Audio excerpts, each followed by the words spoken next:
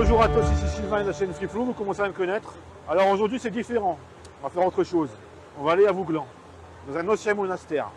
Et oui, sous les eaux, des moments, il y a des endroits comme ça qui sont un peu particuliers. Donc je vais vous emmener à 45 mètres, entre 45 et 90 mètres de profondeur, visiter la chartreuse de Vouglan.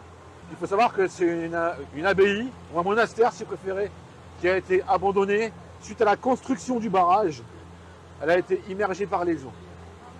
N'hésitez pas à liker, commenter et vous abonner à la chaîne. On vous met le lien en description. Vous allez venir avec nous et puis c'est parti. Et après, ça se bouge en début du terrain. Ce pays est sous la mer, mais sous la terre. Avant toute plongée souterraine, il y a un rituel à respecter pour la sécurité. Monde mystérieux, à mi-chemin entre l'espace et les fonds sous-marins. Le barrage exige la mise en œuvre de 450 000 m3 de béton qui sera coulé pendant les années 1966 et 1967 à raison d'une cadence d'environ 1000 m3 par jour. Dans le Jura, les bulldozers s'activent. On parle de progrès, d'avenir et de développement.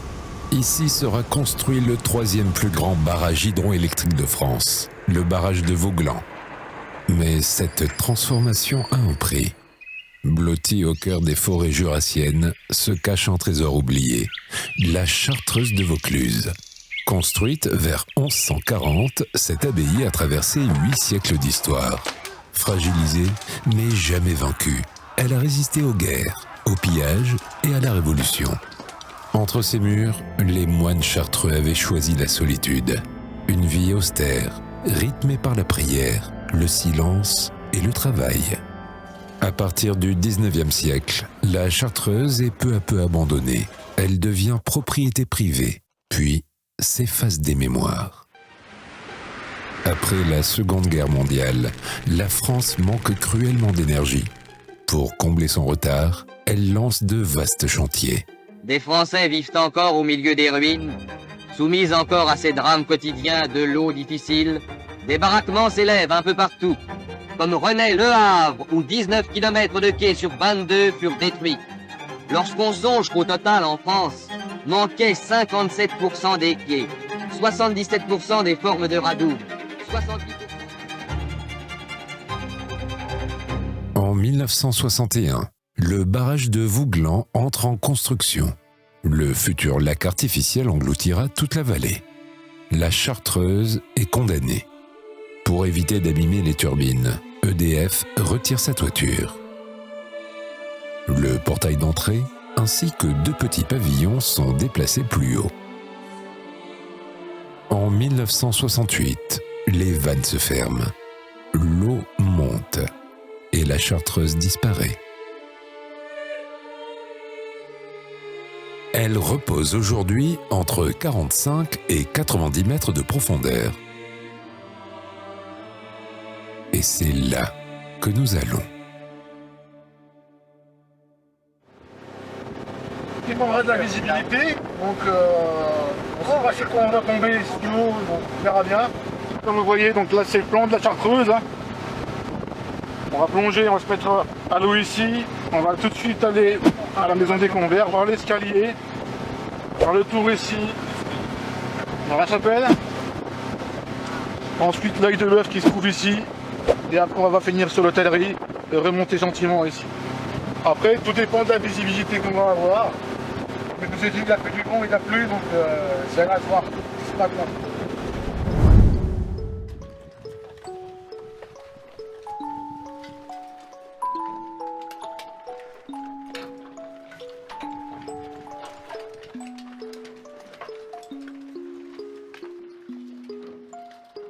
Descendre sur l'abbaye, ça ne s'improvise pas. Impossible de respirer simplement de l'air dans nos machines. Le vrai danger ici, c'est l'ivresse des profondeurs. L'azote contenu dans l'air agit comme quelques bières en trop. Il embrouille l'esprit. Alors, on utilise un mélange spécial, le Trimix. C'est un gaz fait d'oxygène d'azote et d'hélium. Ça donne froid, mais ça garde la tête claire.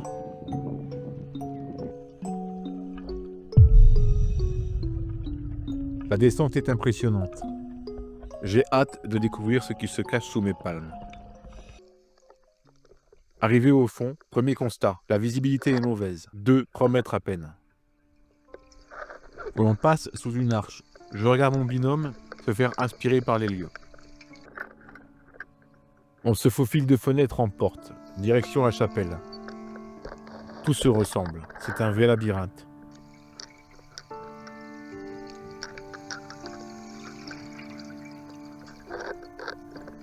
Enfin, la chapelle. Un œil de bœuf, encore intact. Ce n'est peut-être pas grand-chose, mais cette fenêtre était autrefois perchée à plusieurs mètres de hauteur. Ça me donne le vertige. Un instant, la pierre reprend vie. L'eau est glaciale, 4 petits degrés.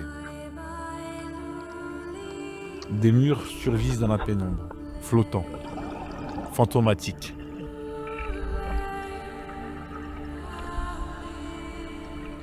Des murs, des ouvertures apparaissent peu à peu dans le halo de nos phares, comme si le décor se construisait au fur et à mesure.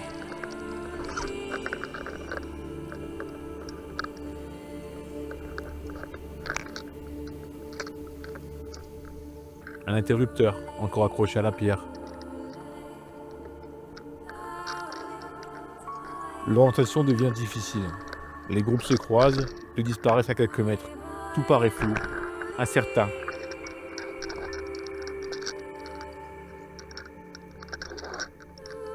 Un peu plus loin, un vieux four de cuisine, seul au milieu du néant. Il n'a pas bougé.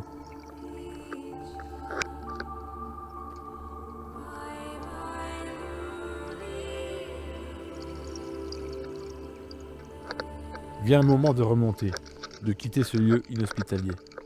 Spectacle que peu de plongeurs ont la chance de voir. C'est un vrai plaisir de vous emmener avec nous.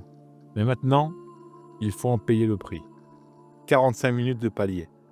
C'est le tarif pour avoir approché les vestiges de la chartreuse de Vaucluse. On n'a pas vu grand-chose, ce qui, chez Free-Flow, commence à devenir une habitude. Mais l'ambiance, elle, était mystique, presque irréelle. Je ne saurais pas vraiment l'expliquer, il faut le vivre. Rien d'en parler, j'en ai encore des frissons.